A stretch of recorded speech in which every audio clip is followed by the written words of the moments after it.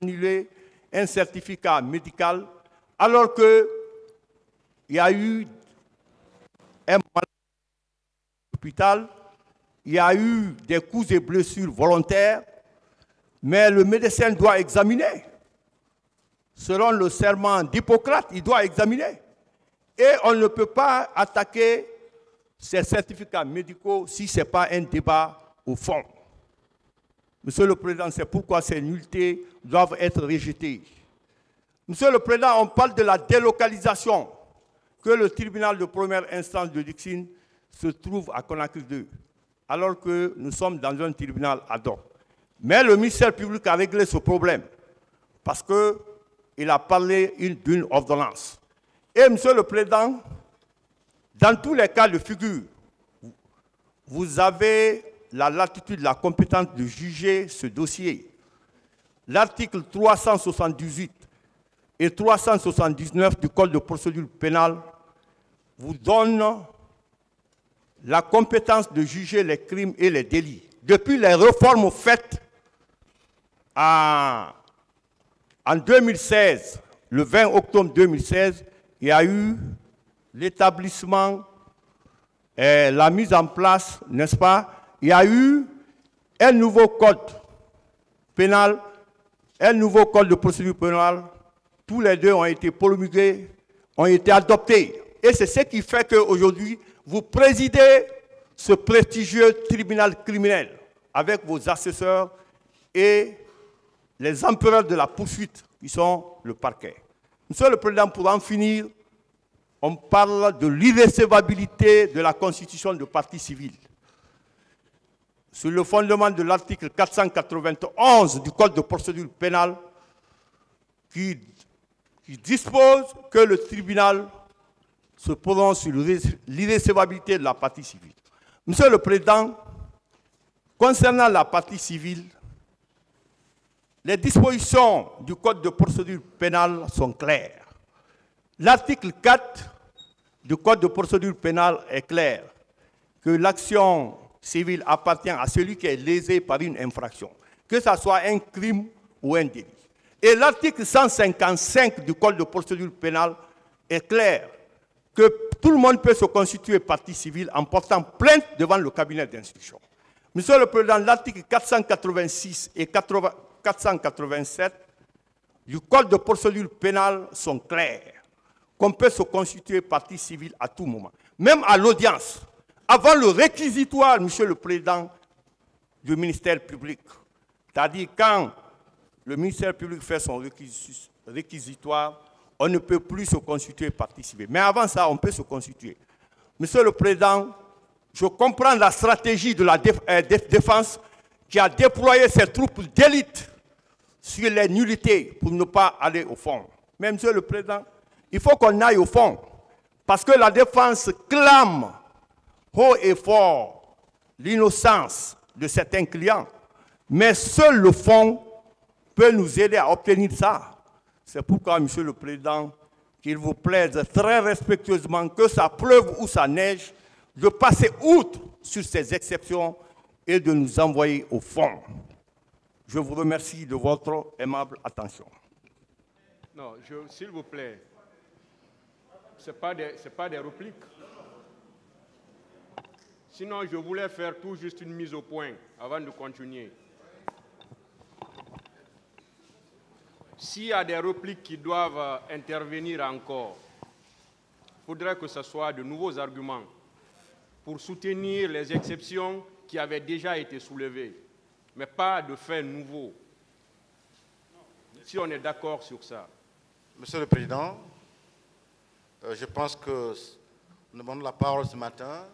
Ce n'est pas pour revenir sur tout ce qui a été déjà dit. La défense estime qu'elle a été largement entendue en ses moyens et que ces moyens sont demeurés immuables en dépit des répliques qui ont été apportées. Et nous estimons qu'il revient à votre tribunal, Monsieur le Président, de vous prononcer conformément au texte applicable par rapport à cette demande. En revanche, Monsieur le Président, elle a une observation à faire relativement aux pièces qu'on a communiquées ce matin. Alors, c'est pourquoi, Monsieur le Président, je vous prie d'accepter que je donne la parole à Maître Bamba, qui va prendre cette observation uniquement. Je vous remercie. Merci, chers confrères. Merci, Monsieur le Président, honorable membre du tribunal. Si vous voyez que nous tenons à intervenir, c'est parce que nous venons de recevoir de nouvelles pièces. Et il est donc tout à fait normal que nous puissions nous y prononcer. En tout cas, la décision vous revient. Alors, concernant les pièces produites, nous avons remarqué que certaines parties civiles, pour justifier leur droit d'ester en justice et prouver leur qualité de partie civile, ont produit 2 arrêtés. Et donc, vous conviendrez avec moi que la loi sur le régime des associations en République de Guinée, qui est une loi de 2005, a prévu les conditions qu'il faut remplir pour qu'une ONG ait, si vous voulez, une personnalité morale. Donc, cette loi prévoit au niveau de l'article 7, par exemple, que dispose que les associations et ou unions d'associations régulièrement constituées acquièrent la personnalité morale. Et l'agrément administratif constate l'existence de cette personnalité morale et lui confère le plein exercice de ses droits. Quand vous prenez l'article 10 de cette même loi, il dispose que toute association régulièrement agréée peut ester en justice et acquérir et administrer des biens, meubles et immeubles, etc. Alors, l'agrément de Avipa qui est produit, quand vous lisez l'article 2 de cet agrément, il est dit que le présent agrément ou le présent arrêté d'agrément a une durée de 3 ans et sera considéré automatiquement expiré si avant la fin des 6 mois consécutifs à l'échéance, l'ONG Avipa n'aura pas demandé le renouvellement de son arrêté, c'est-à-dire 6 mois avant l'expiration du délai de 3 ans, si l'ONG ne dépose pas une demande de renouvellement d'agrément, l'agrément est automatiquement expiré. Alors, lisez, Monsieur le Président, avec moi, je ne sais pas si on vous a communiqué cette pièce, la date est un peu illisible, mais je vois l'année 2010. Nous sommes en 2022, l'année à laquelle, le 4 mai 2010, Avipa est créé et la durée de l'agrément, c'est 3 ans. Nous sommes en combien d'années? 2022, donc 2010, 4 mai 2010 à 4 mai 2022. Nous sommes déjà, je ne suis pas mathématicien, moi j'ai fait le droit, mais ça fait combien d'années? 12 ans et quelques, d'après ceux qui ont fait les cours de mathématiques. J'ai fouillé un peu le cours de mathématiques parce que je n'étais pas tellement bien en mathématiques. Alors, 12 ans, alors que le délai de validité c'est 3 ans, vous comprendrez que l'Avipa ne peut pas, d'abord n'est pas légalement, son existence actuelle n'est pas légale. Par conséquent, ne peut pas rester en justice. Est-ce qu'on va permettre à Avipa de figurer dans cette procédure? La réponse est non. Force doit rester à la loi. Vous intentez cette procédure pour que vous soyez rétablis dans vos droits et donc la procédure par laquelle vous devez le faire doit être conforme à la loi. Par conséquent, nous vous prions d'en tirer toutes les conséquences de droit et de considérer que Avipa n'a pas une existence légale, par conséquent, ne peut pas rester en justice. Quant à l'OGDH, elle est créée depuis le 12 mai 1995, comme si le mois de mai était devenu un secret pour eux. Donc, 12 mai 1995, de 1995 à 2022, nous sommes à combien d'années? C'est beaucoup d'années. Ça dépasse anormalement la durée de 3 ans exigée par la loi et par conséquent, l'OGDH également n'a pas son existence légale, en tout cas conformément à la loi qui régit les associations en République de Guinée. Par conséquent, elle ne peut pas rester en justice. La loi est due, mais c'est la loi. En ce qui concerne toutes les demandes et exceptions soulevées par la défense, elles sont appuyées ou elles se fondent sur les dispositions de l'article 409, ce qu'on appelle les incidents contentieux. J'ai l'impression que la partie civile est encore collée aux dispositions de l'ancien code de procédure pénale de 1998. Depuis 2016, je vous apprends, si la partie civile ne sait pas, nous avons un nouveau code de procédure pénale qui ne dit plus que l'ordonnance de renvoi purge les nullités. Non. Quand vous prenez les dispositions qui prévoient les exceptions c'est-à-dire la demande de nullité de l'ordonnance, c'est prévu, mais pour des conditions limitativement énumérées. Par exemple, lorsque l'ordonnance est rendue en violation de la loi, lorsque c'est une question d'incompétence. S'il vous plaît. Hein. Donc tout ça pour vous dire... S'il vous plaît. Oui, Monsieur le Président. Il faut qu'on se comprenne. Voilà que vous avez fini, mais vous êtes en train de faire autre chose. Il faut qu'on s'entende. Hein. Sur les pièces. Dernière partie de mon intervention. Je vois que l'OGDH a produit des statuts non signés, donc il ne peut pas produire des effets. Je ne sais pas si vous avez reçu la copie, Monsieur le Président, honorable membre du tribunal. Oui. Il se trouve par ailleurs, je viens de vous faire remarquer que les statuts ne sont pas signés, donc on ne peut pas produire d'effets juridiques. Il se trouve que, à supposer même que ces statuts soient signés, ce qui n'est pas le cas, l'article 156 du Code de procédure pénale voudrait que dans les statuts, qu'il soit mentionné les infractions pour lesquelles l'ONG peut se constituer partie civile avec l'accord de la victime. Malheureusement, au niveau des objectifs de l'association, les violences sexuelles ne sont pas prévues, puisqu'on voit que les moyens d'action de l'OGDH sont, au niveau de l'article 3, l'appel à la conscience des citoyens, les interventions auprès des pouvoirs publics et juridiques en utilisant les pétitions, déclarations, publications, réunions et manifestations pacifiques.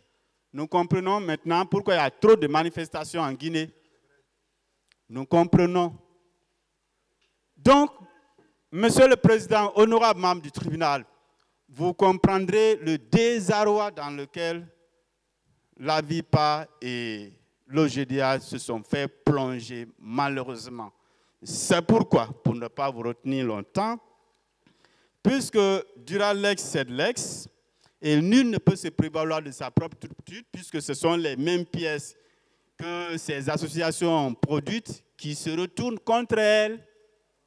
C'est pourquoi je vous prie en toute humilité de bien vouloir en tirer toutes les conséquences de droit en écartant non seulement ces pièces, mais aussi en constatant que l'OGDH et l'AVIPA, ça reste la FDH qui va nous, en tout cas, prouver également son existence légale au regard du droit français, pour que, Monsieur le Président, vous décidiez que l'OGDH et l'AVIPA ne sont pas légalement, si vous voulez, leur existence n'est pas légale.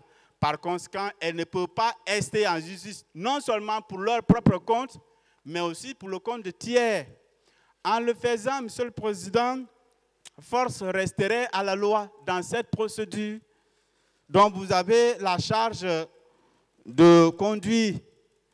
Je termine en disant que Monsieur le représentant du ministère public a fait état d'une pièce qu'il aurait versée dans le dossier la fameuse correspondance qui a fait envoyer nos clients en prison, puisque c'est l'une des pierres de procédure. S'il vous plaît, vous n'avez pas eu la parole pour parler de ça.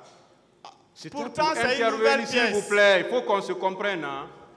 Comprenons-nous, s'il vous plaît. C'est vous-même qui avez dit ce que vous devez faire. D'accord, Monsieur le Président, voilà. Je termine en disant ceci. Comme c'est une pièce de procédure, elle est communicable. C'est pourquoi je vous prie de bien vouloir, je disais, tirer toutes les conséquences de droit de toutes les pièces produites par Avipa et l'OGDH pour nous permettre, en tout cas, d'avoir des décisions de justice en ce qui concerne les incidents contentieux que nous avons soulevés, tant dans nos écritures déjà déposées, mais aussi oralement. En le faisant, vous aurez rendu une saine et bonne décision de justice. Et je vous remercie de votre patience. Concernant ces pièces, ni le ministère public, ni la partie civile, personne ne veut dire quelque chose. Je vous remercie, Monsieur le Président. Je comprends la hargne et la détermination de la défense à vouloir à tout prix exclure les ONG dans cette procédure.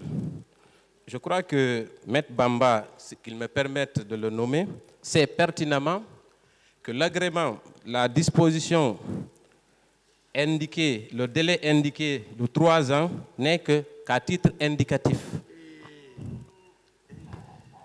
Et que dans la vie d'une association, il y a des formalités à accomplir. C'est un régime déclaratif.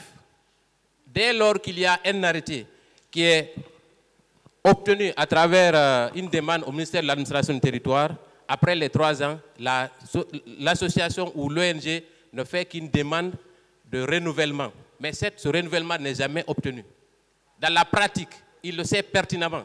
Toutes les associations qui évoluent en Guinée, au terme de l'article 7 de la loi portant sur l'organisation des associations, à l'expiration du délai de 3 ans, l'association fait une simple demande de renouvellement accompagné des statuts et des rapports d'activité. Dès lors que ces rapports d'activité sont produits régulièrement au ministère de l'administration du territoire, l'association peut fonctionner librement et continuer ses démarches. Ça, c'est acquis et constant. Vous ne pouvez pas dire le contraire, cher maître. Ça, c'est éloquent.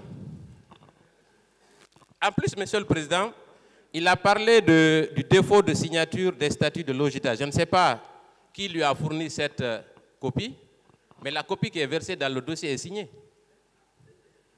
La copie des statuts est signée, celle qui est versée dans le dossier. Je ne sais pas de quelle manière vous avez obtenu des statuts de l'OGDH non signés. Dans les statuts de l'OGDH, et ensuite je voudrais préciser une chose. Il a indiqué un autre point, qu'au niveau de l'arrêté qui consacre l'existence juridique de l'OGDH, il y a au niveau de son objectif, de ses objectifs, promouvoir, défendre, protéger les droits des personnes sur la base des principes et normes énoncés par la législation en Guinée. Effectivement, au moment de la création de l'OGDH, voilà les objectifs